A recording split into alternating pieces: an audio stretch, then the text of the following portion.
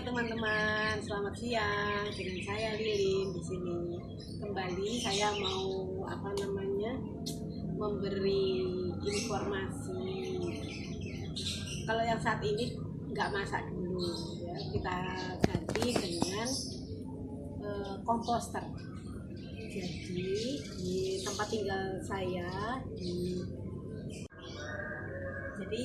sekitar 7 tahun yang lalu kami itu diberi saya lupa melalui melalui DKTH atau apa, saya lupa, diberi kalau nggak salah satu komposter, lalu ada yang diberi juga keranjang takakura. Itu juga kami belum memberdayakan karena kami itu belum tahu, belum siap, belum mengerti ini mau diapakan bagaimana.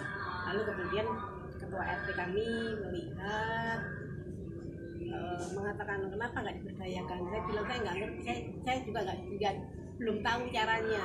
Terus akhirnya oleh ketua RT kami diperbanyak menjadi 15 komposter.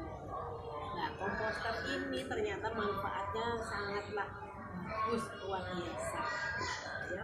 Jadi komposter itu ternyata adalah alat pengolahan sampah organik rumah tangga melalui pengomposan dengan memanfaatkan tong bekas yang dibenamkan ke dalam tanah. Kalau di tempat kami, saya nggak tahu ya mau menggunakan tong bekas atau enggak, kayaknya tidak. Ini tongnya waktu itu masih baru-baru semua, hanya tempat kami ini memperbanyak sendiri.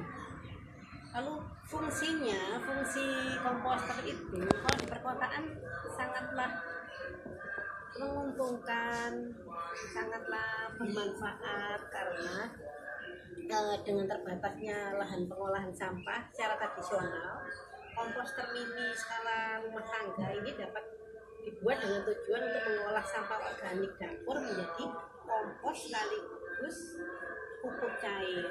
Jadi nanti kita kita ke komposter, kita lihat bagaimana ininya ya, tata caranya.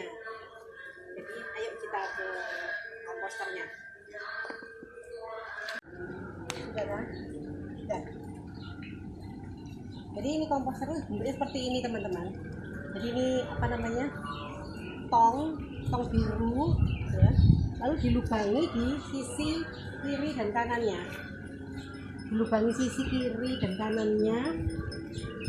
Gunanya untuk pembuangan gas. Ini saya bukan ahlinya ya, saya hanya mempelajari semampu saya.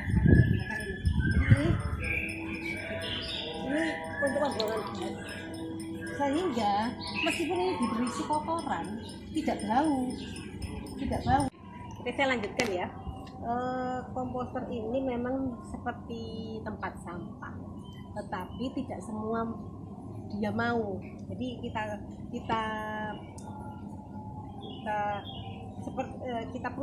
perumpamakan seperti diri kita aja lah. Yang bisa masuk di sini hanya sampah daun, kotoran ternak, itu bisa, ranting-ranting itu bisa asal dipotong-potong ya. Tapi yang tidak bisa seperti spons, karet, kayu itu sebaiknya tidak dimasukkan. Janggal jagung itu juga sebaiknya tidak dimasukkan karena nanti lama, penghancurannya itu lama ya. Jadi kalau misalnya dari rumah itu ada kotoran, sisa-sisa sayuran, dipotong-potong, dimasukkan aja di sini. Teman-teman, ini sudah penuh ya. Ini sudah penuh dan maaf banyak ininya. Saya lupa istilahnya apa ya. Dan ini kompos kami ini yang ini itu kebetulan penuh. Ini penuh sudah harusnya sudah ditutup untuk diperem untuk dijadikan kompos. Ini saya beri contoh saja ya. Ini yang penuh. Ini tidak ada uletnya tuh bermanfaat kok untuk menguraikan kompos ini supaya sampah-sampah ini supaya menjadi kompos. Jadi kalau misalnya ada sampah daun sampah rumah tangga atau apa, masukkan aja sini. Nih, seperti ini.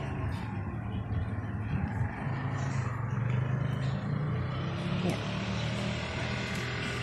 Ini teman-teman, untuk mempercepat itu bisa menggunakan kotoran ternak bila diperlukan, ya, bisa menggunakan kotoran ternak atau bisa juga menggunakan E4 yang memang untuk seperti ini, untuk kompos ya, yang warna kuning, E4 yang warna kuning itu bisa kita masukkan ke sini ya. Diselang berapa hari, 10 hari sekali kita beri air di E4 lalu disiramkan, itu dia akan mempercepat penguraian, jadi dia akan turun. Tetapi khususnya untuk di komplek kami, di perumahan ini, karena volume sampahnya lumayan banyak, sehingga nggak nututi, misalnya ini dijadikan sampai kompos bener, jadi kita mulai lagi itu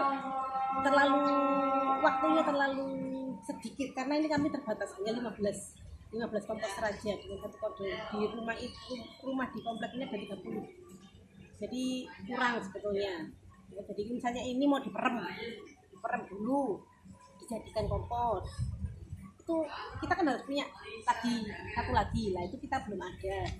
Jadi untuk menyiasatinya, setelah penuh begini kita pindahkan ke lahan. Nanti kita tunjukkan ya, lahan ini sekarang menjadi subur. Awalnya lahan ini kalau ditanami kurus, nggak bisa gendut. Nah sekarang dengan ini dimasukkan ke sana, jadi dibuat lubang, lalu komposter ini dimasukkan ke situ, ditutup. Nanti biasanya kita per 6 bulan, komposter ini per 6 bulan dimasukkan ke sana. Sekarang hasilnya setelah rata di sana menjadi subur teman-teman, jadi subur lahannya. Jadi lumayan, kita tidak terlalu banyak mencari pupuk dan lain sebagainya. Ini anak lucu nih, lihat nih. Halo. Halo. Yang kita beli isian komposter ini.